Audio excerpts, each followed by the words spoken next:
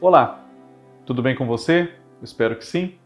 Eu sou Fábio Costa e estamos aqui mais uma vez para o TBT da TV no canal do Observatório da TV no YouTube. Peço sempre a você que, se você não for ainda um dos nossos já aí mais de 35 mil inscritos, inscreva-se no canal, ative as notificações para ser avisado quando nós publicarmos novos vídeos. Comente aqui, sugira temas para nós fazermos os próximos vídeos, compartilhe com aquela pessoa que você acha que pode curtir também o nosso conteúdo, que é feito com muito carinho para você que gosta de TV.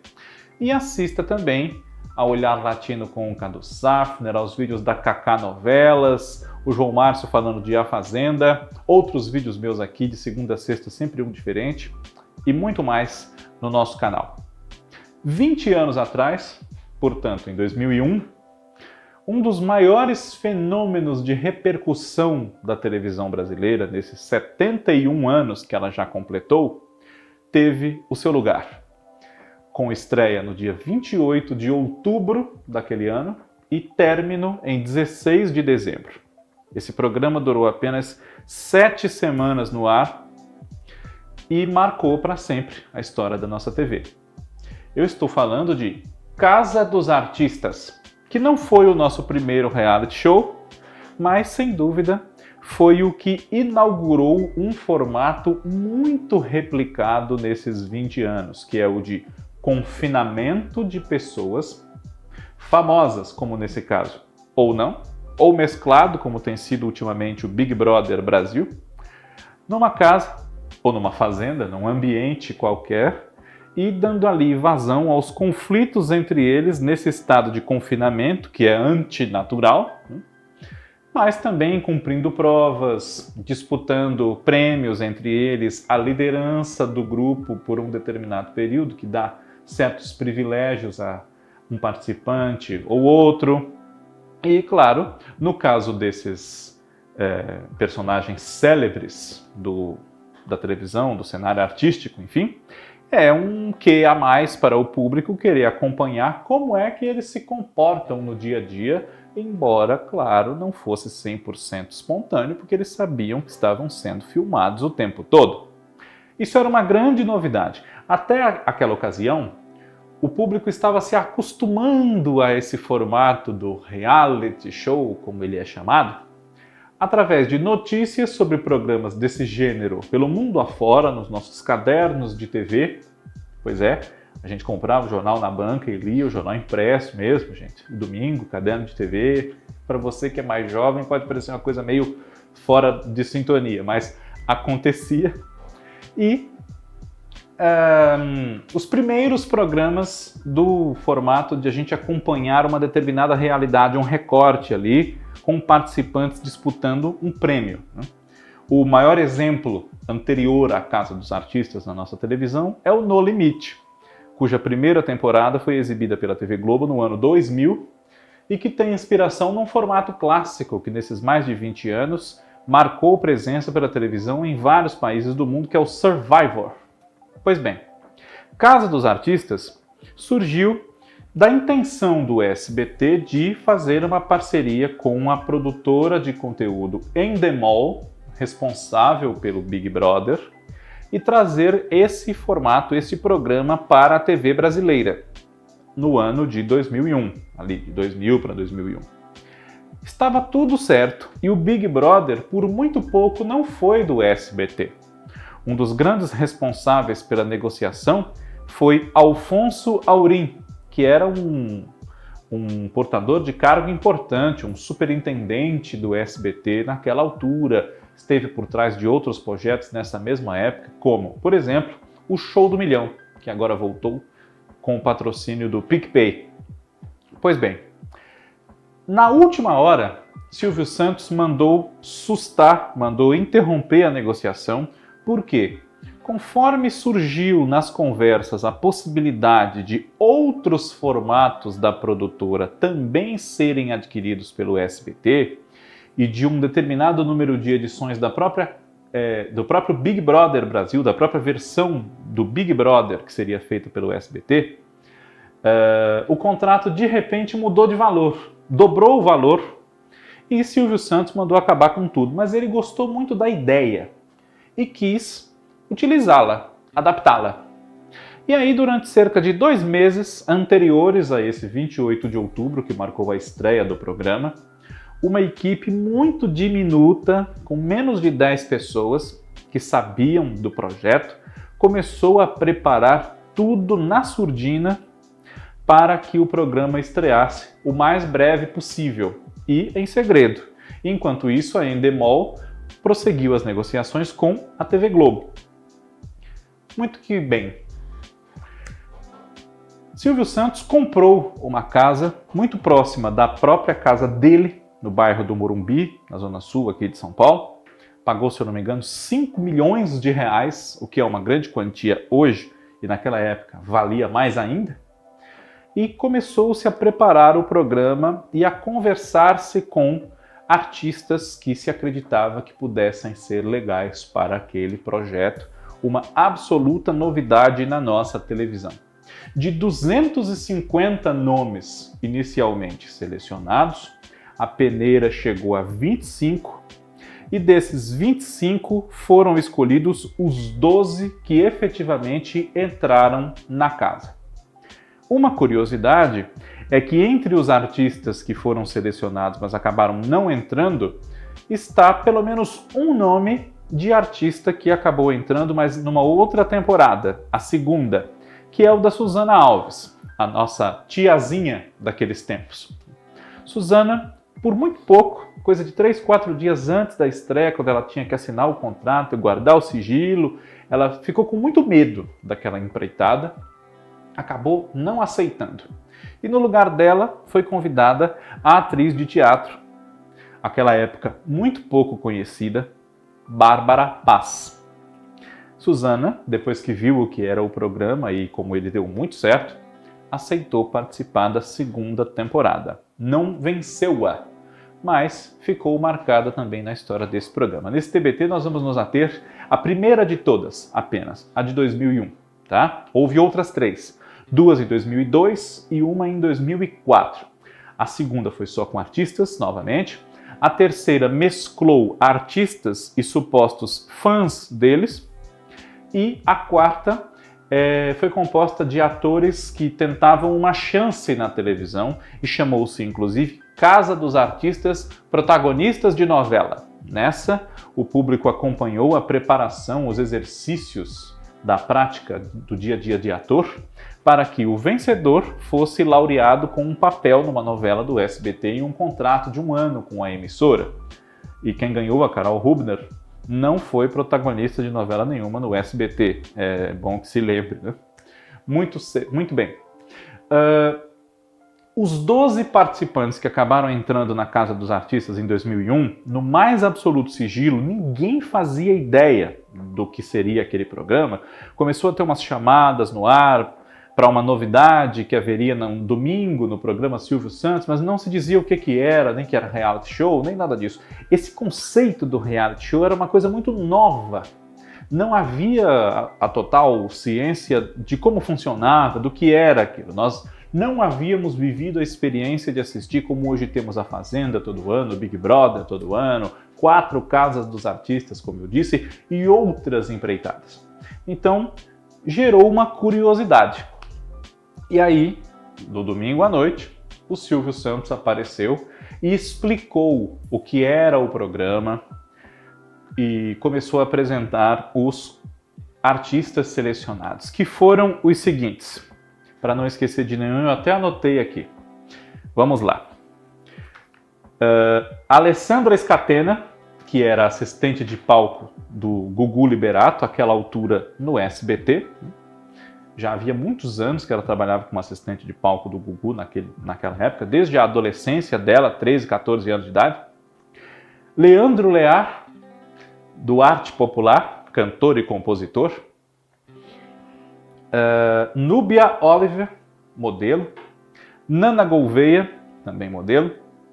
Taiguara Nazaré, modelo e ator, que pouco tempo antes esteve no ar na TV Globo naquela época, na minissérie Presença de Anitta, da TV Globo.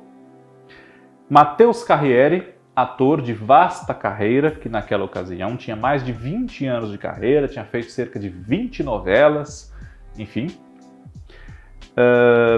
Alexandre Frota, também ator, desde meados dos anos 80, com muitos trabalhos na televisão e no cinema, em mais de uma emissora, especialmente da TV Globo, onde ele já havia feito diversos papéis de destaque, por exemplo, em Sassaricando e Boca do Lixo, nos anos 80 para 90, além de Perigosas Peruas. Patrícia Coelho, cantora. Mari Alexandre, que já havia participado de programas de humor, como a Escolinha do Barulho, na Rede Record, e também era modelo. Naquela época, era muito conhecida por ter namorado alguns jogadores de futebol e era namorada, salvo erro meu, do cantor Vavá, que era o líder do conjunto Cara Metade.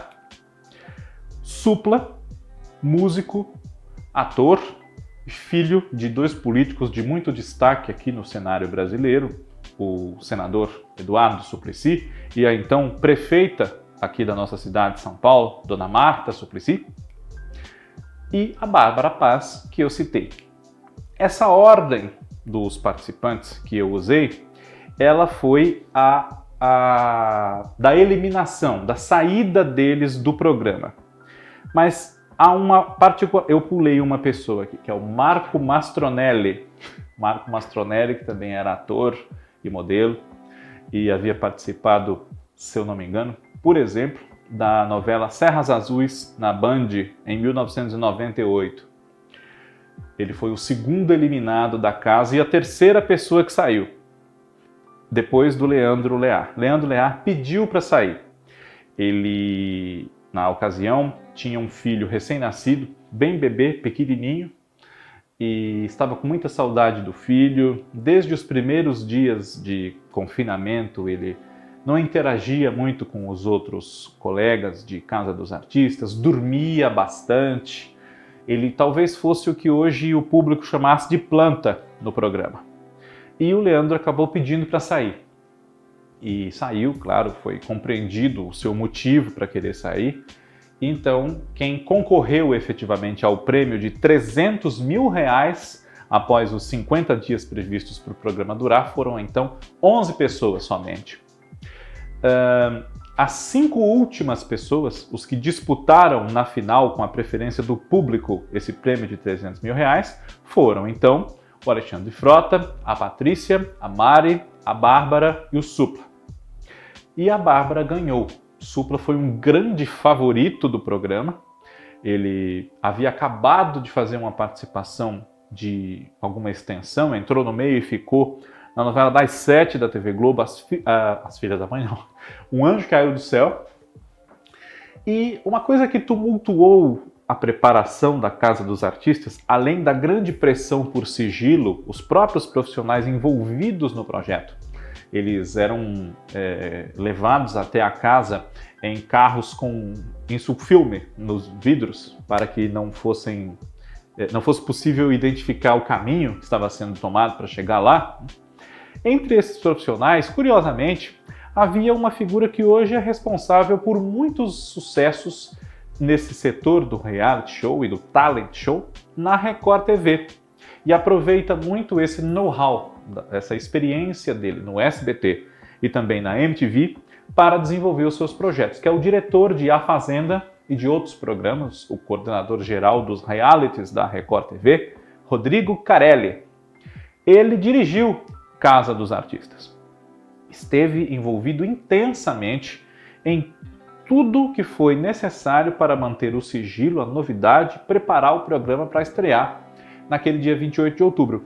E, nesse meio tempo, houve um acontecimento que parou o Brasil e acabou ajudando a manter o sigilo, porque ofuscou completamente qualquer coisa que o SBT pudesse estar fazendo e seria descoberta pela imprensa se eles tivessem tempo para isso, condições, né?